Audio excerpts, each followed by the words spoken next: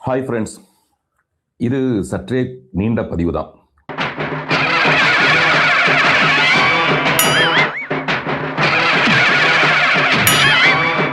என்ன கொடுமை சரவணன்.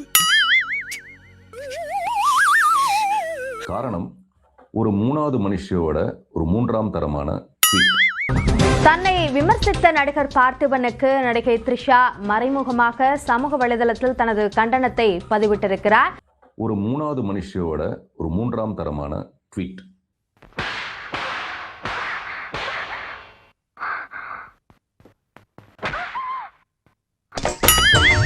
ஐயோ, கைப்புள்ள அருவலோட கிளம்பிட்டானே. இன்னைக்கு எத்தனை தலை ஊர்ல போதோ தெரியலையே. இந்த பிரச்சனையில மொத்தம் 3 பேர்னு எடுத்துக்கிட்டா, முதல்ல என்னுடைய அன்பு நண்பர் விஜய். அவருடைய வளர்ச்சியை பார்த்து நான் ரொம்ப சந்தோஷப்படுற ஒரு நண்பர். இவன் கிடக்குறான் சார் லூசு பையன். 2வது இடத்துல அவருடைய மனைவி இருப்பாங்க. இன்னமும் கோர்ட் தீர்மானிக்காத வரைக்கும் இப்போ வரைக்கும் அவங்க மனைவி தான் அந்த முக்கியமான ஸ்தானத்துல தான் அவங்க இருக்காங்க. என்னது ஒரு பேச்சுக்கு சொன்னா உடனே நல்ல சிறப்பா பிக்கிறாங்க. ஸோ இந்த 3வது மனுஷியை பத்தி நான் பேச வேண்டிய அவசியம் இல்லை. ஆனா நான் சொன்னது 3வது மனுஷியை பத்தி. அவங்கள வீட்டுல இருந்திருக்கலாம். ஆனா இது உன் கால அழக பார்த்தேன், என் வாழைத்தோட்டத்தையே எழுதி வச்சுட்டேன். எதை பார்த்து கொய்யா தொப்பு எழுதி வச்சீங்க?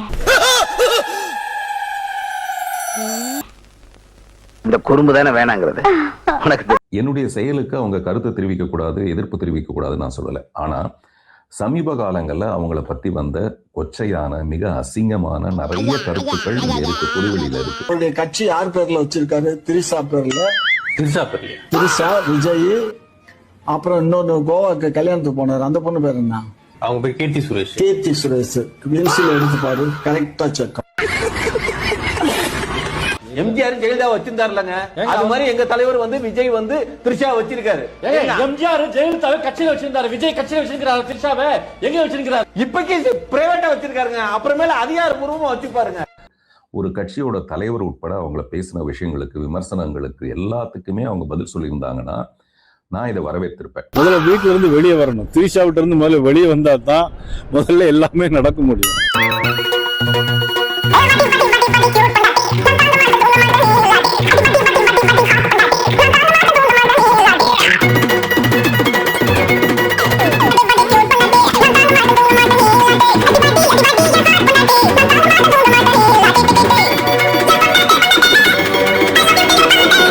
எதுக்குமே சொல்லாம எனக்கு மட்டுமே அவங்க கண்டனத்தை தெரிவிச்சதுனால நான் வருத்தம் தெரிவிக்கிறேன்னு சொன்னதே தப்புன்னு நிறைய பேர் கண்டனம் தெரிவிச்சிருக்காங்க.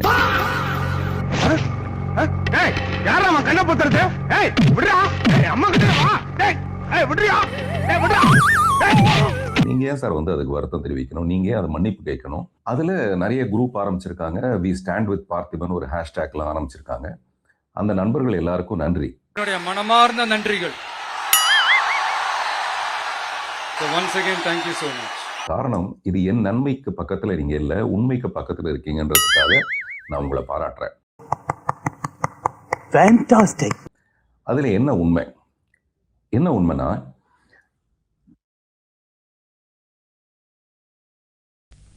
இதையாட்டி சொல்ல மாட்டேன். இதை என்னால மட்டுமில்ல, இந்த நாட்டுல இருக்க எவனாலையும் சொல்ல முடியாது. இதே மாதிரி வேற ஒண்ணு சொல்லட்டுமா? அம்மடி உசாரு உசாரு தாவேக உசாரு, உசாரு உசாரு தாவேக உசாரு.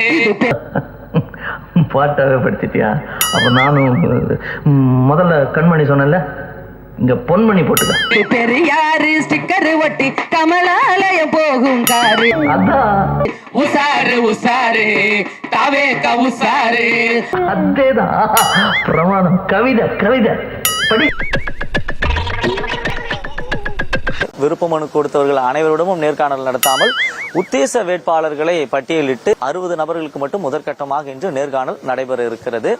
ஏய் அரசு, ஊருக்கு வேணா நீ மாசா இருக்கலாம், உயிருக்கு பயப்படாத. ஏன் முன்னாடி தூசுடா.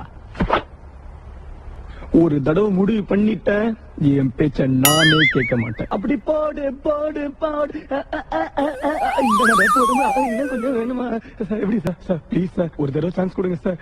டேய், இனிமே ஆபீஸ் பக்கம் கேட்காத. ஃபுல்லா காசு வாங்கிட்டு போஸ்டிங் போடுறாங்க. இனி உழைச்சவன் நாங்க ஒரு பதவி கூட வாங்காம ரோட்ல நிக்கிறோம்.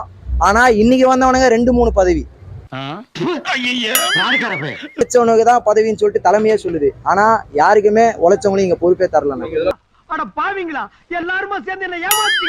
அந்த நிகழ்ச்சிக்கு தான் தமிழக வெற்றி கழகத்துடைய தலைவர் விஜய் மற்றும் நடிகை திரிஷா ஆகியோர் ஒரே காரில் வந்து அந்த திருமண நிகழ்வை வந்து அட்டன் செய்துவிட்டு சென்றிருக்கிறார்கள்.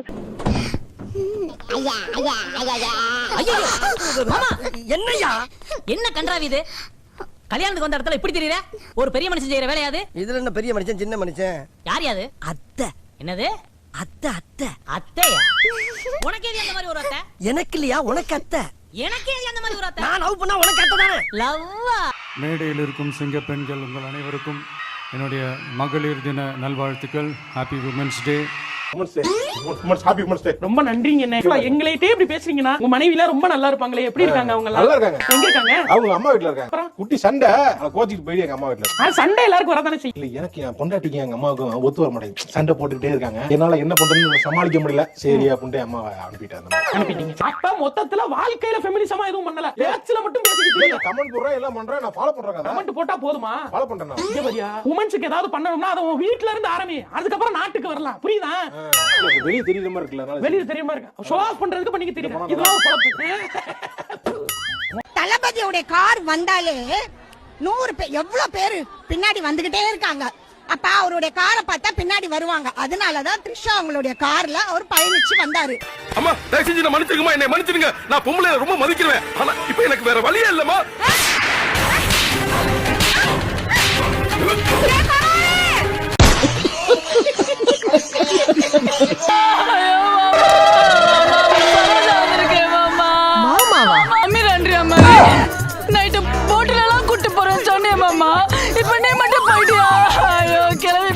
என்ன வேலையா பண்ணிக்கிறான் தாலு?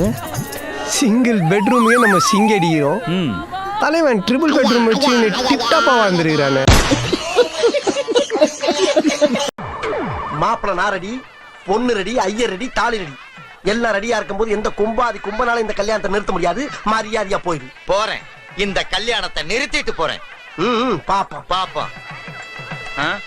என்ன மாப்பிள்ள சொம்பல தண்ணி கேக்குறாரு. மாப்பிள்ள சொம்பு கேக்குறாரு. சொம்பா ஐயர்கிட்ட கொடுத்துருக்க. மாப்பிள்ள சொம்பு கொடுத்தாதான் தாலி கட்டு வரான். சிங்க பெண்கள் மேம்பாட்டு திட்டம். சிங்க பெண்கள் மேம்பாட்டு திட்டம். சிங்கப்பெண் மேம்பாட்டு திட்டம். ஏன்னா ஒரு படத்துல சிங்கப்பெண்ணை பாட்டு வச்சிட்டார்ல. அப்புறம் என்னென்ன திட்டம் சொல்றது தெரியுமா? ஃபியூச்சர்ல பாருங்க, நினைச்சு பாருங்களேன். Badri boxing academy. அடுத்து Thiruppachi Sivagiri special task force ரவுடிகளை கட்டுப்படுத்த. அடுத்து கும்பிட போன தெய்வம் குறுக்க வந்ததுமா திட்டம். அடுத்து இன்னிசை பாடி வரும் இல காட்டுக்கு உருவம் இல்லை குட்டிருக்கு IAS கவர்மெண்ட் அகாடமி. அடுத்து பூவே உனக்காக தியாகிகள் பென்ஷன். அடுத்து குஷி ஜெனி சிவா பெண்கள் பாதுகாப்பு திட்டம். ஏன்னா அந்த படத்துல தான் உமன் ஹராஸ்மெண்ட் ரொம்ப இயல்பா நடிச்சிருப்பாரு. காம வெறியில அந்த நடிகை ஒரு இடுப்பை கடிச்சு தின்ற மாதிரி கண்ணுல தின்னுவான் மனுஷன். அந்த நடிப்பு அந்த மாதிரி ஹராஸ்மெண்ட்டுக்குலாம் இவரே ஒரு உதாரணமா இருக்காரு. படத்துல இப்படி பார்க்க கூடாதுன்னு நடிச்சிருக்காரு. பின்ன என்னங்க சிங்க பெண்ணே மேம்பாட்டு திட்டம் அதை எடுத்து சொல்லுவது படத்தை வச்சு பிளாஸ்ட் இருந்தது. பெண்களுக்காக ஒதுக்கிருக்காங்க. அதுக்கு என் கேண்டிடேட் யாருன்னு நான் முடிவு பண்ணிட்டேன்.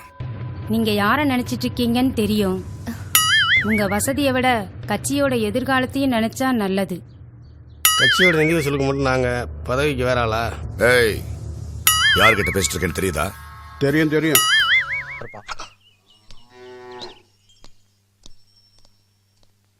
இந்த அவமானம் உனக்கு தேவையா? கட்சியும் அதன் கொள்கைகளும் திமுக, திராவிட கொள்கை, அதிமுக, திமுகவுடைய கொள்கை, விசிக, அம்பேத்கரியம், CPM, கம்யூனிசம், நாம் தமிழர், தமிழ் தேசியம், BJP, இந்துத்துவா. யாரா நீ? இங்க என்னடா பண்ணிட்டு இருக்க? டிக்கெட் போட வந்தேன்.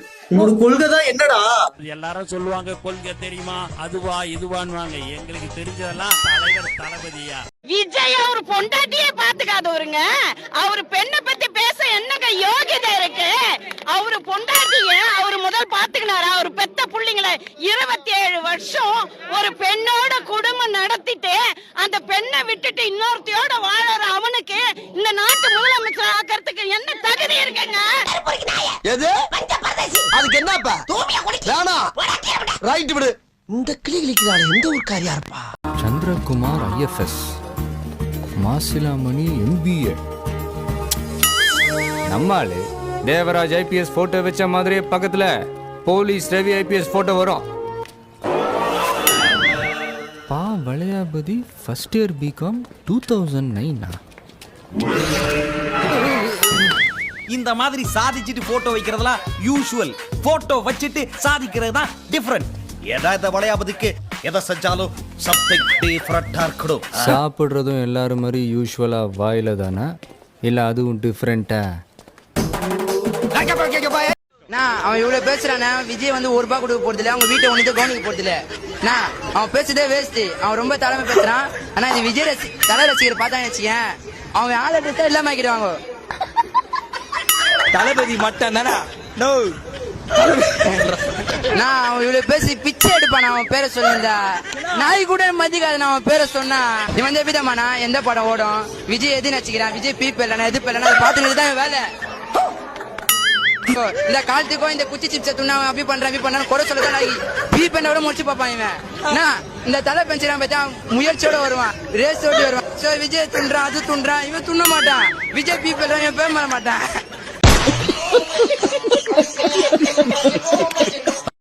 மறக்காம சர்ப்ரைஸ் பண்ணுங்க.